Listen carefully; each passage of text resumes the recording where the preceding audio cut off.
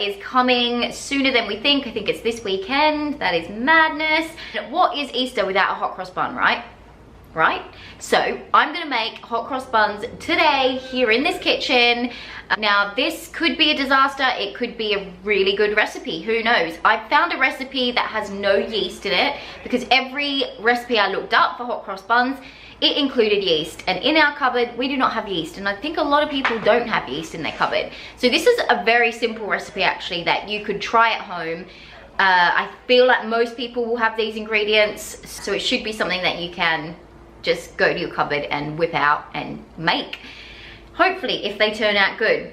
I'm gonna really work hard to follow the ingredients. I'm gonna really measure everything out properly, and I'm going to really read the method. So here we go, Easter baking at its finest, my first ever hot cross buns. Will it be successful? Will it not? You'll have to watch the video and see. But first, subscribe, like, and I think that's all. Oh, notification bell. Let's get cooking. Don't know why I did that. That was inner dancer coming out of me. Right guys, let's go. Now the first thing it says is preheat your oven to 180 degrees. So I'm going to do that right now, fan forced, 180 degrees. I'm super focused. I'm super like, I'm gonna get this right guys. These are gonna be the best hot cross buns you have ever tasted. Even though you're not gonna be tasting them or smelling them, I was gonna say, that you've ever smelt, that you've ever seen, because you can see them. That's it. These are gonna be the best hot cross buns you have ever seen. Now what was that temperature again?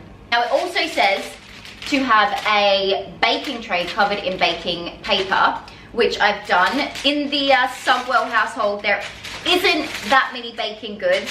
We don't have that many trays and stuff, so unfortunately that's as good as we've got as far as baking trays go, but I'm sure that will be fine. That is prepped and ready to go. My oven is all done, and guys, you will never believe this, but look how I have prepped all my ingredients. I've chosen this recipe because it's so easy, number one, and it's really doable for everyone. I feel like most people have these things in their cupboard, so hopefully you can try this recipe out, because I think it's gonna be a lot of fun to make hot cross buns on Easter.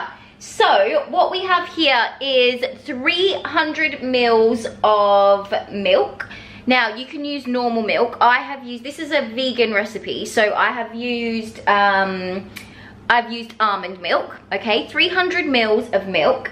Then we have a tablespoon of lemon juice. I didn't think we had any lemons in the fridge, but actually I had one lemon in there, which was amazing. So I cut it in half and I squeezed it out to get 1 tablespoon of lemon juice. We then have 300 grams of plain white flour. So just plain flour, no self-raising. I'm so impressed. I feel like I'm on a proper cooking show right now. We then have half a teaspoon of bicarbonated soda and half a teaspoon of mixed spices. And then in this big bad boy, I have 150 mils of raisins, or sultanas, not raisins actually. And it says mixed fruit any kind, so mixed dried fruit, that is.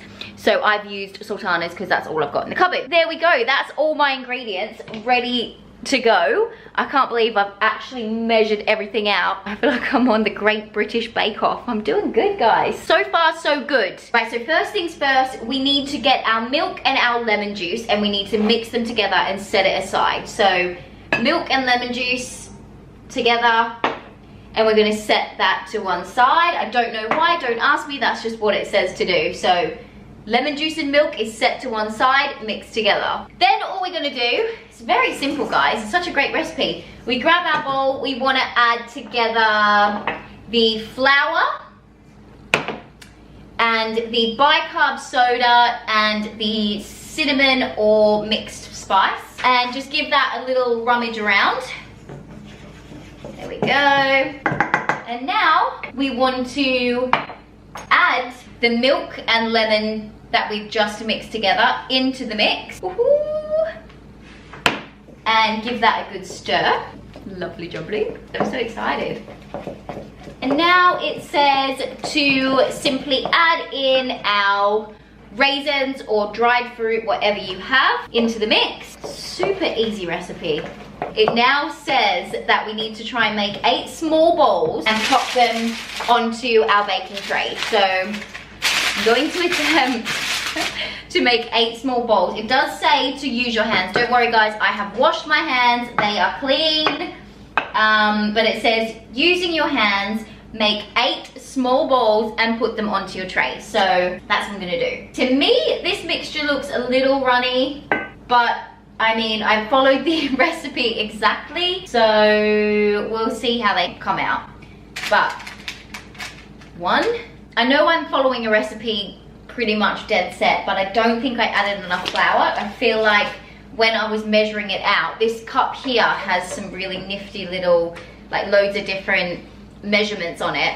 I totally got the wrong measurement. I didn't put enough flour, therefore the mixture was too runny. So it's all good. I have added some more flour and now it's in a much better consistency. Here we go. I'm gonna make 8 little doughy balls. Here we go, hot cross buns. Hopefully they turn out. 3. It is very messy with your hands. Okay guys, so it was pretty true to its word. It did make 8. 1, 2, 3, 4, 5, 6, 7, 8. The 8th one's here because there was not enough room on my tiny little tray that I have.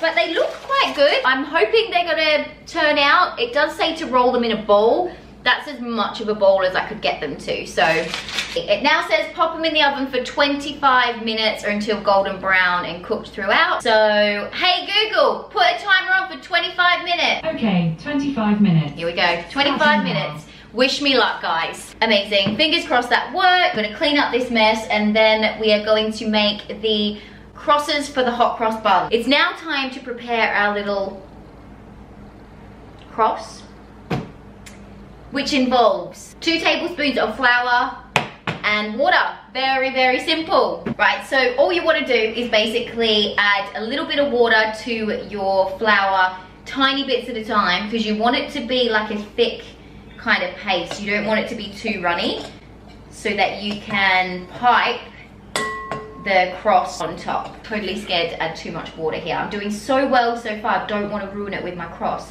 Although to be fair, it's not that bad if you have to make a new batch of cross, because all it is flour and water. I think what I should be more worried about is if these hot cross buns don't work. Now that we have our cross to a very good consistency, I'm going to pop it into this little piping bag so it's ready to put the cross on. And now we just wait for our amazing hot cross buns. I'm too scared to look at them. I'm gonna just look at them at the very end. Hey Google, how much longer left on the timer? It's 2 minutes and 21 seconds. 2 minutes, come on. Hey Google, how much longer left on the timer? 1 minute and 50 seconds left. 1 minute and 50 seconds. Google, turn off timer. Here we go guys, the moment of truth. Right, I'm gonna do the old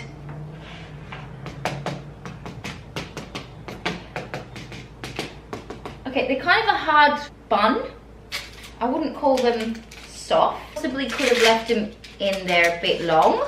The verdict is they are quite hard, as you can hear, but I have cut one in half and this is the inside of one of them and it looks insane on the inside. So my advice would be don't put them in the oven as long so that the outside doesn't get so hard. And they're kind of more like a scone, a hot cross scone. Let's call them a hot cross scone instead. Okay, I'm going to pop them onto a nicer plate and pipe my cross on and then let's give it the old taste test, hey?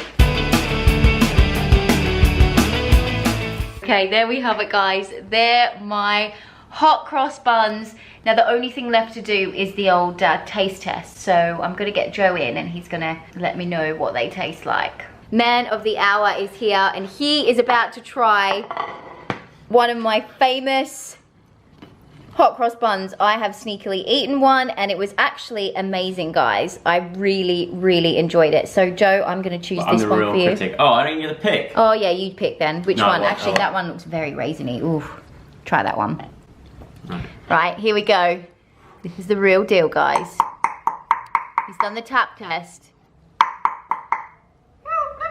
Knock, knock, who's there? What are you putting here? I call them the hot cross scones rather than the hot cross bun. Stop playing with your food and just eat it. Won't you? Wow. Oh my word. Can we just have a little look at that inside again? Oh, that is divine. They're very crunchy on the outside, but very gooey and soft in the middle. Oh, do you actually like him? Yeah. Oh, wow. Is there cinnamon in there? There is cinnamon in there. What would you give him out of 10? I'd give them a You were about to say 5. I was about to say 4. No, you were not. I'd give it a 9. Are you honest there? You're not just saying that to make me feel genuinely think good? 9. This is probably the best things you've made so far. Oh my god, yes, it's a winner. Well, guys, you know what? A little bit of measuring and a little bit of care goes a long way. I really took my time to measure everything out in that, and I feel like it paid off. In the description box below, I will leave the recipe to this. I'm also going to chuck it onto my Instagram. Give them a go. They're so easy, so fun, and it's a little bit of Easter, so spread the Easter joy with making your own hot cross buns, or hot cross scones, as I call them. But Joe approved. They've been given a 9. Thanks for watching, guys. I'll see you all very soon for another something in the house. See you later.